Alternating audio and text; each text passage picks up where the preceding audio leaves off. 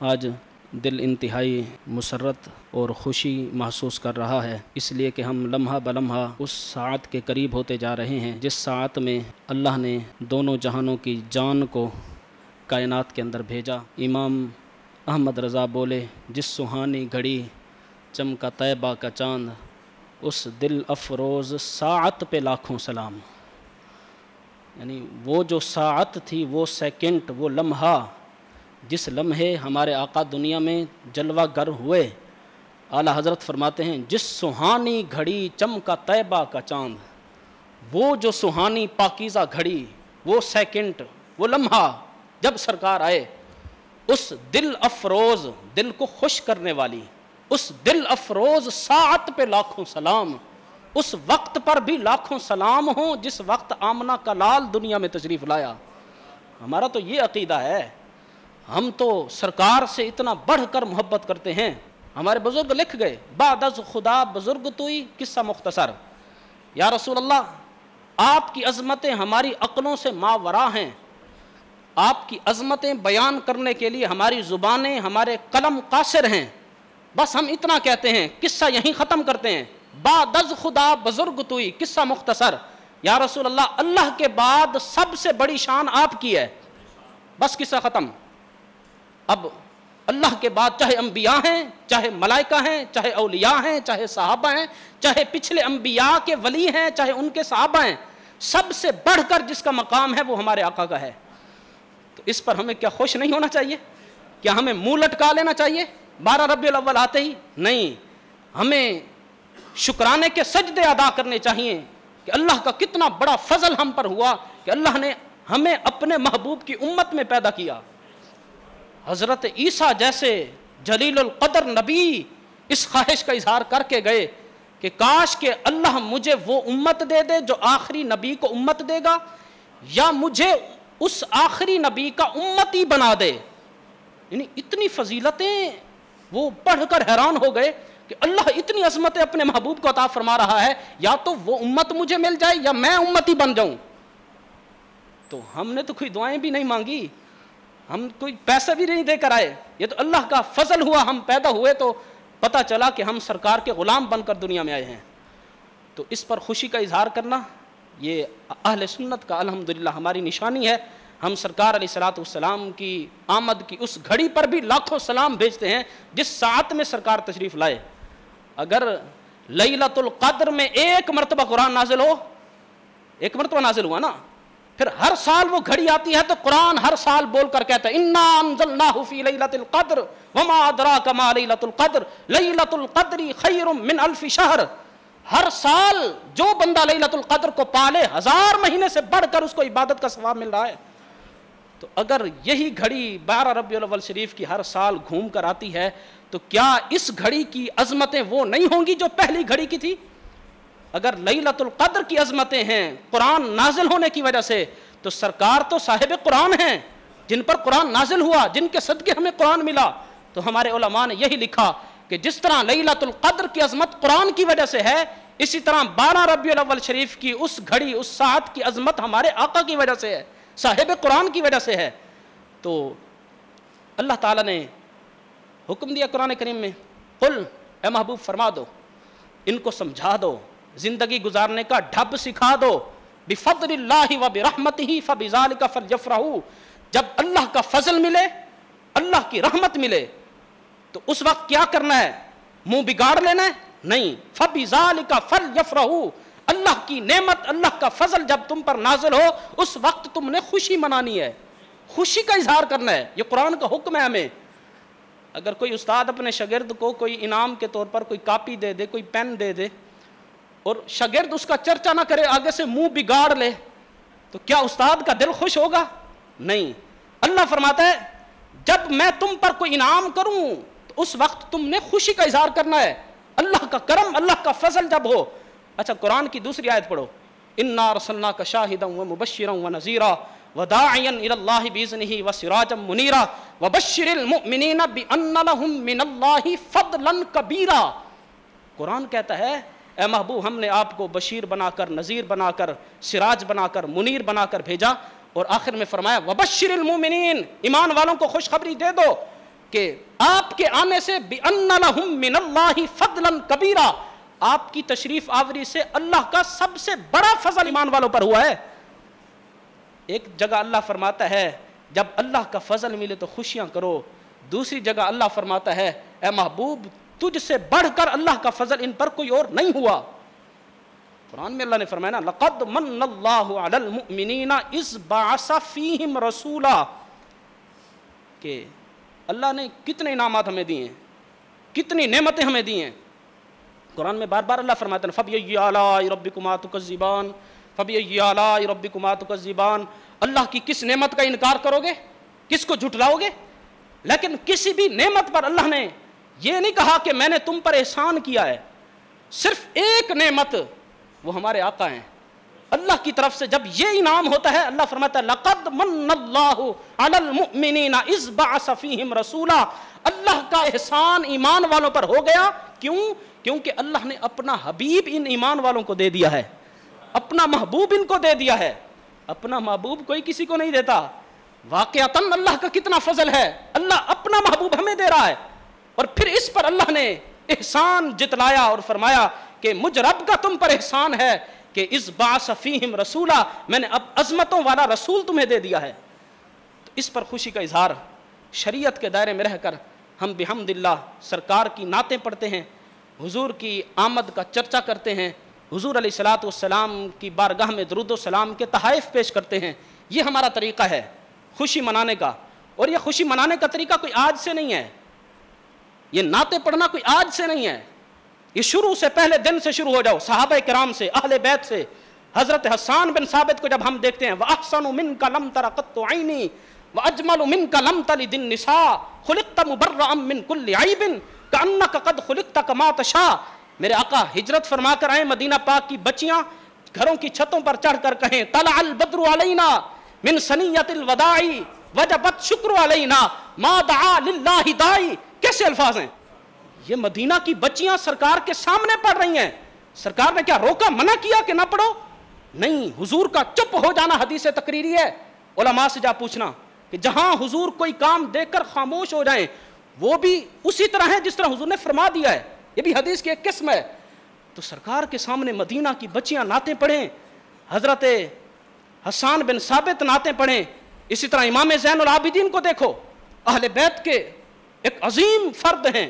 ان نلتی یا ریح الصبا یوما الى ارض الحرم بلغ سلامی روضتا فیہا النبی المحتشم اکبادنا مجروحت من سیف حجر المصطفیٰ طوبى لأہل بلدت فیہا النبی المحتشم۔ یہ حضرت سیدنا امام زین العابدین کی نعت ہے۔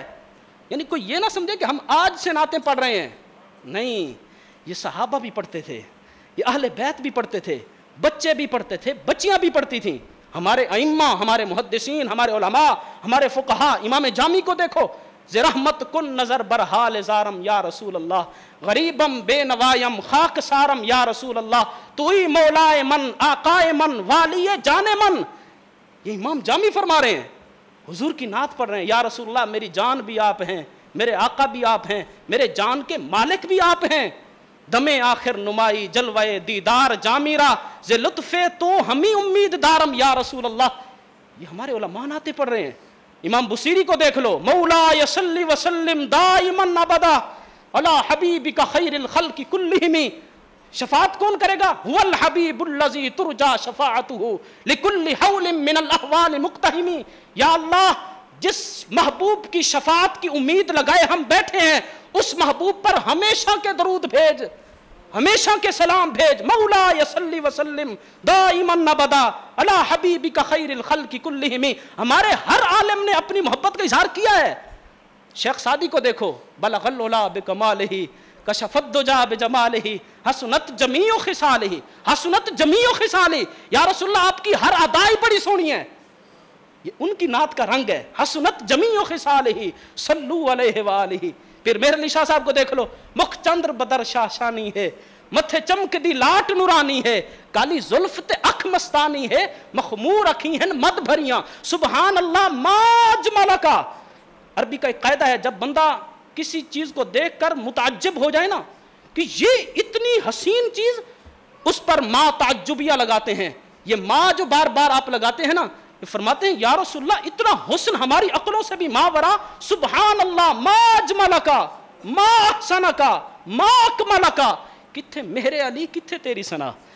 یا رسول اللہ ہماری زبانیں اس قابل ہی نہیں کہ آپ کا حسن بیان کریں. ما اجملکا اتنا حسین، ما احسنکا ما اکملکا اتنا کامل بندہ دنیا میں کوئی آیا ہی نہیں.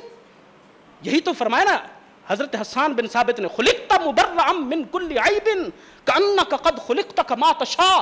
یا رسول اللہ آپ کے ذات کے قریب کوئی عیب کبھی نہیں آیا، آپ کو اللہ نے ہر عیب سے پاک پیدا کیا ہے. کأنک قد خلقت کما تشاء، لگتا یوں ہے کہ آپ سے پوچھ پوچھ کر اللہ نے آپ کو بنایا ہے.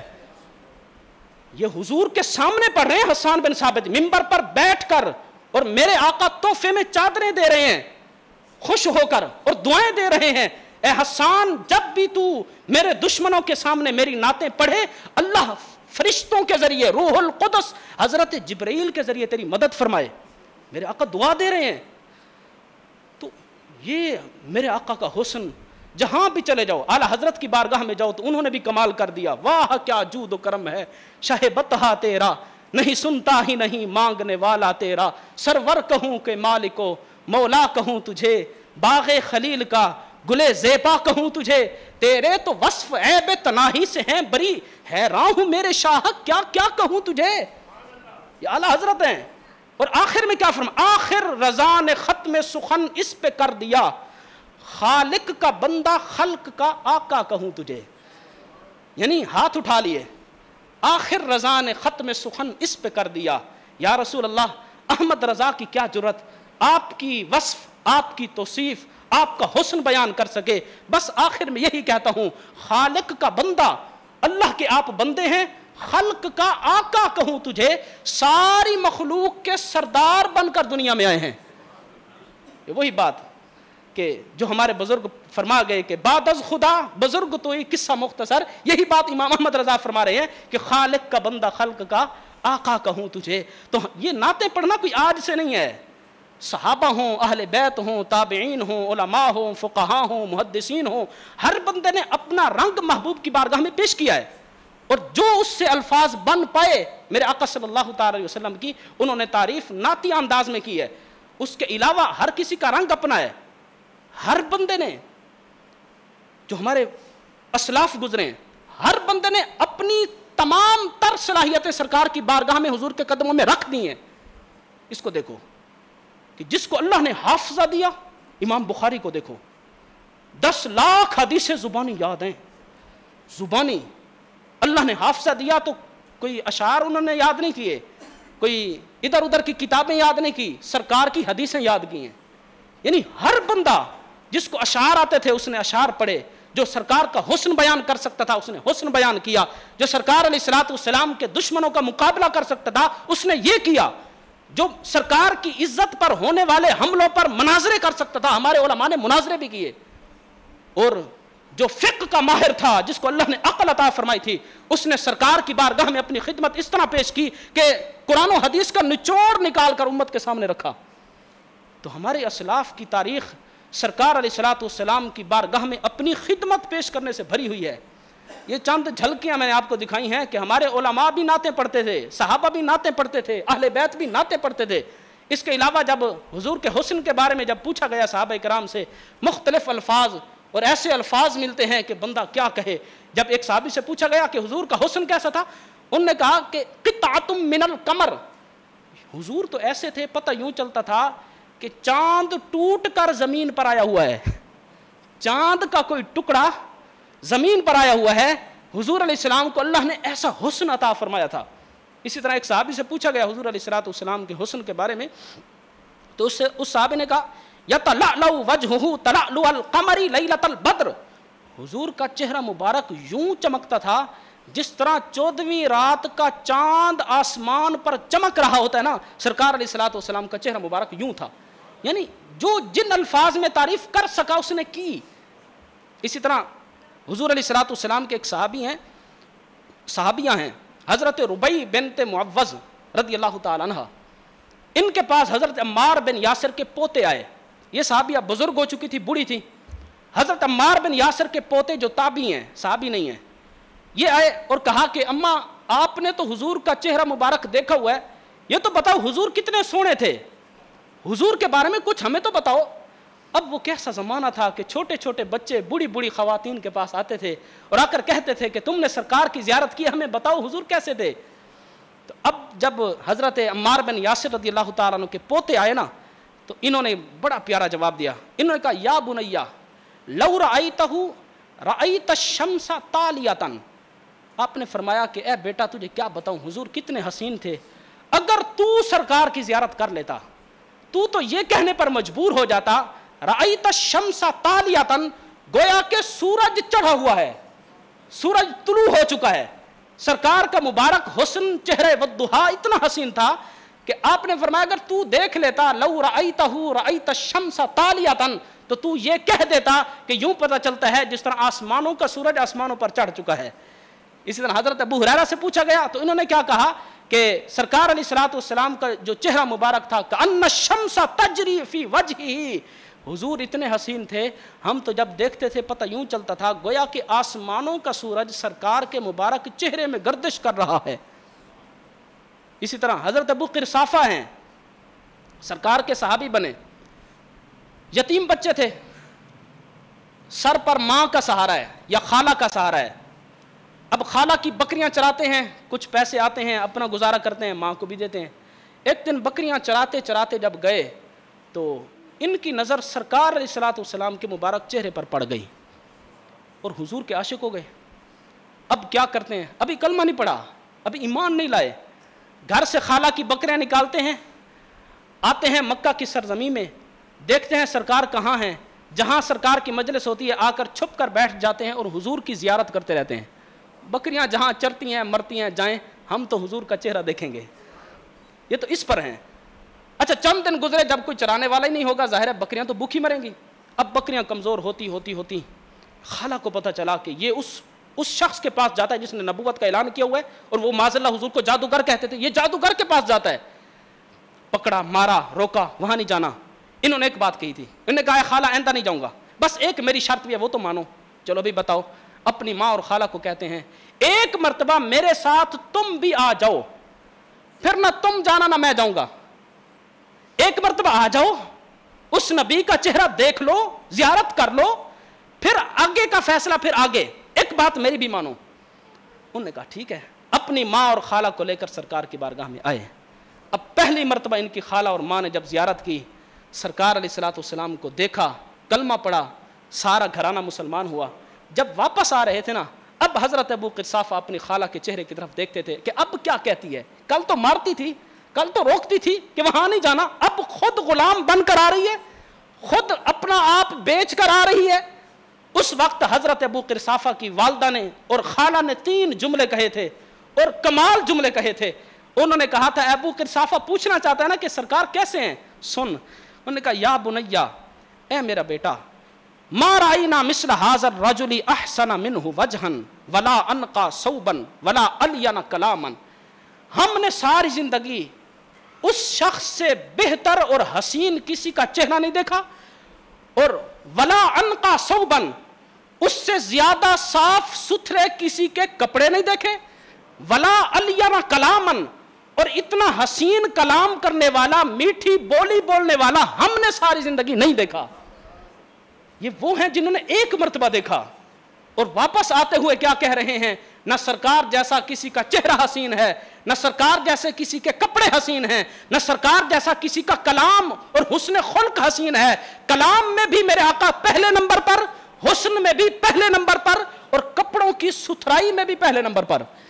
اس لیے حدیث پاک میں آتا ہے نا کہ جب حضور کپڑے زیب تن فرمایا کرتے تھے، گہرے رنگ کا کپڑا ہوتا تھا، تو اس سے بھی حضور علیہ الصلوۃ والسلام کی پنڈلیوں کا حسن چھن چھن کر باہر آتا تھا۔ اتنا حسین اللہ نے اپنے محبوب کو بنایا۔